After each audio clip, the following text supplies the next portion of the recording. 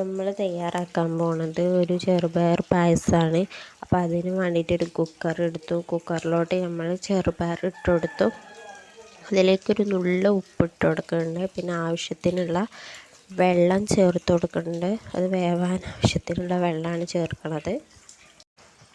ഇനി നമുക്ക് കുക്കറൊന്ന് മൂടി വെച്ചിട്ട് ഇതൊന്ന് വേവിച്ചെടുക്കണം. ഇത് വേവുന്ന സമയം കൊണ്ട് നമുക്ക് ശർക്കര ഒന്ന് ഉരുക്കിയെടുക്കണം. അപ്പോൾ അതിന് വേണ്ടിയിട്ട് ഒരു 4 ശർക്കര കഷ്ണം എടുക്കുന്നുണ്ട്. ഓരോരുത്തർ മധുരത്തിനനുസരിച്ചാണ് ശർക്കര എടുക്കേണ്ടത്.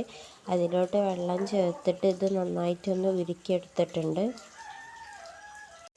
ഇനി നമ്മൾ അടുത്തതായിട്ട് ഉണ്ടാക്കാൻ പോണത് ഒരു അരിപ്പൊടി എടുത്തു. അതിലേക്ക് കുറച്ച് വെള്ളം ചേർത്തിട്ട് നന്നായിട്ടൊന്ന് ഇളക്കി കൊടുക്കുന്നുണ്ട്. അതിലോട്ട് നമ്മൾ പാൽ ചേർക്കാതെയാണ് നമ്മൾ ഉണ്ടാക്കുന്നത്. അപ്പോൾ അതിന് വേണ്ടിയിട്ടാണ് ഇതിങ്ങനെ ചെയ്യണത്. അപ്പോൾ നമ്മൾ ചെറുപയർ ഇവിടെ നന്നായിട്ടൊന്ന് വെന്ത് വന്നിട്ടുണ്ട്. അതിലോട്ടൊരു 3-4 ഏലക്കായ് ചതച്ചിട്ട് കൊടുത്തു. പിന്നെ നമ്മൾ നേരത്തെ ഉരുക്കി വെച്ചിരിക്കുന്ന നമ്മളുടെ ശർക്കര അതിലോട്ട് ഒഴിച്ചു കൊടുക്കുന്നുണ്ട്. മധുരത്തിനനുസരിച്ച് അതിലോട്ട് ഒഴിച്ചു കൊടുക്കുക. എന്നിട്ട് നന്നായിട്ടൊന്ന് മിക്സ് ചെയ്ത് കൊടുക്കുക.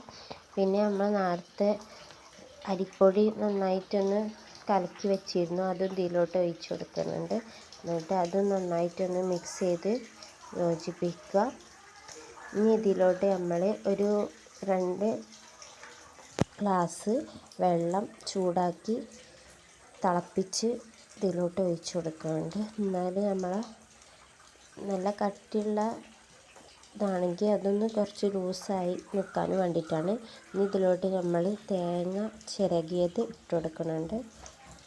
എന്നിട്ട് അത് നന്നായിട്ട് ഒന്ന് ഇളക്കി യോജിപ്പിച്ച് കുറച്ച് നേരം ഒന്ന് തിളപ്പിച്ചെടുത്തതിന് ശേഷം നമ്മൾ ഇതൊന്ന് ഓഫാക്കി കൊടുക്കുക. അങ്ങനെ നമ്മളുടെ പായസം ഇവിടെ റെഡിയായി.